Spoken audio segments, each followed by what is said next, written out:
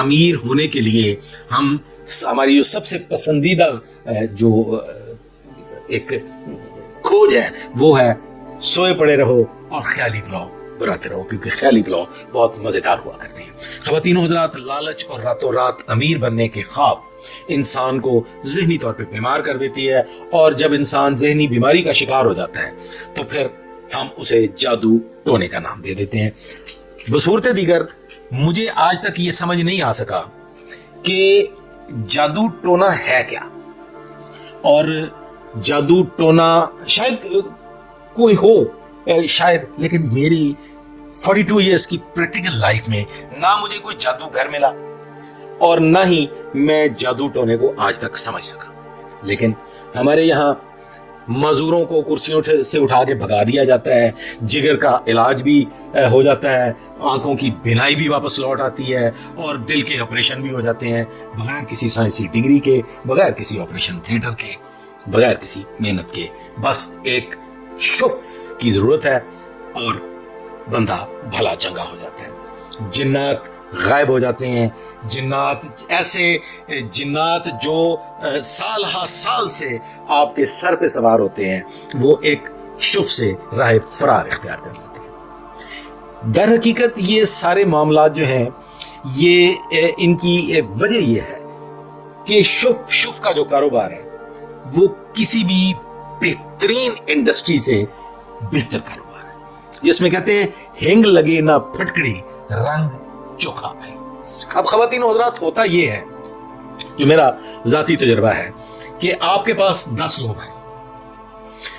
ان 10 پہ آپ نے شف کیا، اللہ رب العزت کا نظام بھی تو ساتھ ساتھ چل رہا ہے نا۔ اللہ تعالیٰ نے بھی تو آپ کو شفا دینی ہے، رب العزت نے بھی آپ کی بیماریوں کا، آپ کی پریشانیوں کا حل کرنا ہے۔ ان 10 میں سے اگر 2-3 لوگ خالق کائنات کی قدرت سے، خالق کائنات کی مہربانی سے شفا یاب ہو جائیں، یا ان کا کوئی معاملہ سیدھا ہو جائے، تو اس کا کریڈٹ لیتے ہیں پھر شف سرکار۔ عجیب ایک تماشا لگا ہوا ہے، اور اس تماشے کی سمجھ میں نہ آنا، اس کی وجہ ہے ہماری کم علمی، ہماری تعلیم کی کمی، اور پھر وہی اولین بات کہ دین سے دوری۔ آپ کو یقیناً لالچ، طمع نفسانی اور کام نہ ملنے کا جو ایک ہمارے یہاں پہ ایک بڑا پرابلم ہے کہ روزگار نہیں ہے، اور ہم روزگار کی کھوج بھی نہیں کرتے، تو اس سے ہم ذہنی طور پہ اتنے پسماندہ ہو چکے ہیں، ہم ذہنی طور پہ اتنے مفلوج ہو چکے ہیں کہ ہم پہ ہر طرح کی ذہنی بیماری جو ہے وہ بڑی بری اور بڑے بھیانک انداز میں حملہ آور ہو چکی ہے، اور وہ بیماریاں ہمیں پھر کھینچ کے لے جاتی ہیں شف سرکار کے پاس۔ اقرار الحسن نے شف سرکار پہ 2-3 پروگرامز کیے، اور پھر اس میں چیلنجز بھی ہوئے، اور ان چیلنجز کا جواب نہیں مل سکا، اور ہم ایک الزام اور پھر ایک عجیب و غریب قسم کی کشمکش کا شکار ہو چکے ہیں۔ لیکن خواتین و حضرات، یہ معاملات ایسے ہی چلتے رہیں گے، کیونکہ کون نہیں چاہتا کہ وہ راتوں رات کروڑ پتی بن جائے۔ اور جب کوئی شخص یہ سنے کہ شف سرکار 11 ارب روپے کے مالک ہیں، تو پھر تو ہر چھوٹا موٹا ڈرامے باز جو ہے اس کی خواہش ہوگی کہ وہ تسبیح پکڑ لے اور ایک رسا ڈال لے تسبیح کے اندر، اور تسبیح کو کھینچ کے شف کرتا پھرے، اور اس کے بینک بیلنس میں اضافہ ہوتا چلا جائے۔ اب جس تعداد میں، جس لا تعداد میں شف سرکار کے پاس دولت اکٹھی ہو چکی ہے، اگر وہ اب اس خرافات سے نکل کے کہیں کینیڈا کے کسی خوبصورت ترین جھیل کے کنارے ایک محل تعمیر کریں، اور وہاں پہ ایک خوبصورت زندگی گزاریں، اور عام الناس کو اب معافی دے دیں، تو اس میں کیا برائی ہے؟ لیکن نہیں جناب، کہتے ہیں کہ جب آپ کو روپے پیسے کا، دولت کا لالچ بڑھ جاتا ہے تو پھر آپ سے رہا نہیں جاتا، اور پھر ایک دن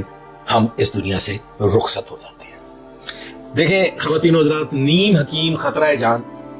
اور نیم ملا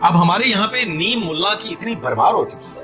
کہ ہر دوسرا بندہ، ہر دوسرا داڑھی والا شخص جو ہے وہ داڑھی رکھ کے سنت نبوی صلی اللہ علیہ وآلہ وسلم کی توہین کا باعث بن رہا ہے۔ ہر نیم ملا جھاڑ پھونک کا کام کر رہا ہے، تعویذ گنڈے کا کام کر رہا ہے، آنکھیں بند کر کے ہلکی ہلکی گردن ہلائی اور اگلا بندہ کام سے گیا۔ یہ ڈرامے بازی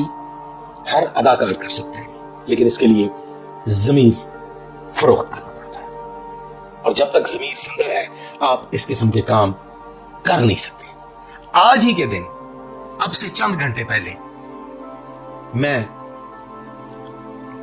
اپنی خاتون خانہ سے یہی ڈسکس کر رہا تھا کہ ہمیں گفتگو کرنا بھی آتی ہے، ہم چند لوگ ہمیں جانتے بھی ہیں، تو کی خیال ہے پھر کروڑ پتی بن جائیے؟ تو وہ کانوں کو ہاتھ لگا کے کہنے لگی کہ توبہ استغفار، ایسا کیسے ممکن ہے؟ لیکن خواتین و حضرات، دور حاضر کا سب سے منافع بخش کاروبار یہی جال سازی ہے۔ آپ دنیا کا کوئی اور کام کرنے لائق نہیں ہے تو آپ بس آنکھیں بند کر کے ہلکی ہلکی گردن کو ہلا کے اور تسبیح کو زور زور سے جھٹک کے جتنی دولت چاہے وہ کما سکتے ہیں۔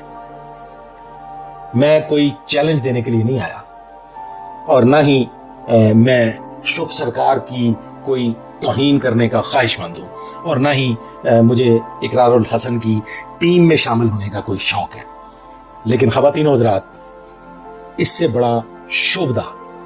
اور ڈرامہ اور کیا ہو سکتا ہے کہ ہم معصوم لوگوں کی زندگیوں سے کھیل رہے ہیں۔ جو سچ مچ کے بیمار لوگ ہیں، جب وہ ہاسپٹلز چھوڑ کے، جب وہ سائنسی صحت علاج چھوڑ کے، جب وہ ڈاکٹرز کو چھوڑ کے، جنہوں نے سال ہر سال محنت کر کے، پھر کیمسٹس نے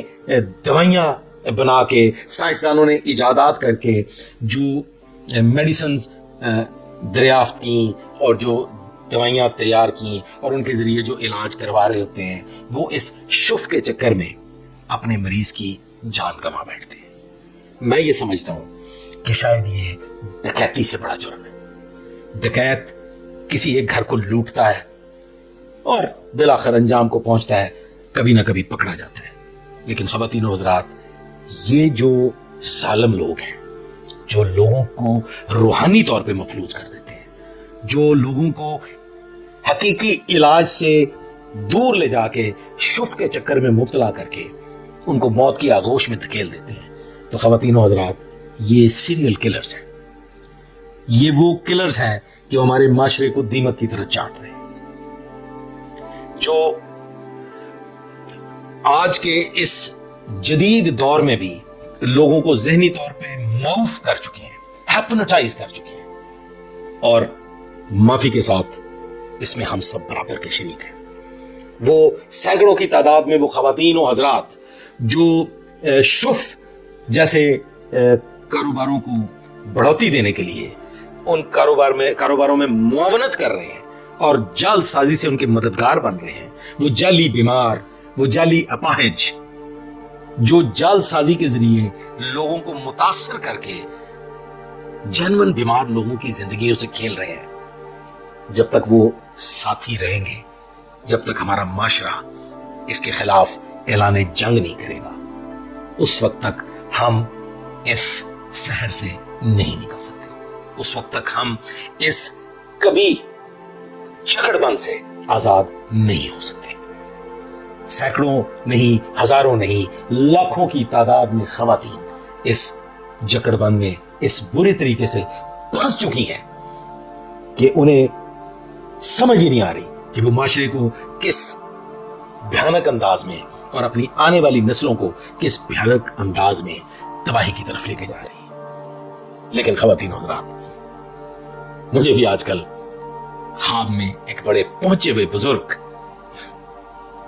ملتے ہیں اور کہتے ہیں کہ پیر صاحب، آپ کے ہاتھ میں بڑی شفا ہے، آپ کم از کم کروڑ پتی تو بن سکتے ہیں۔ آج تک کے لیے بس اتنا ہی، آئندہ کے لیے میرے ساتھ رہیے گا، شف سرکار سے بچتے رہیے گا، توہم پرستی سے بچ کے رہیے گا، قرآن و سنت پہ عمل کرنے کی کوشش کیجیے گا، دعا میں یاد رکھیے گا۔ اللہ حافظ۔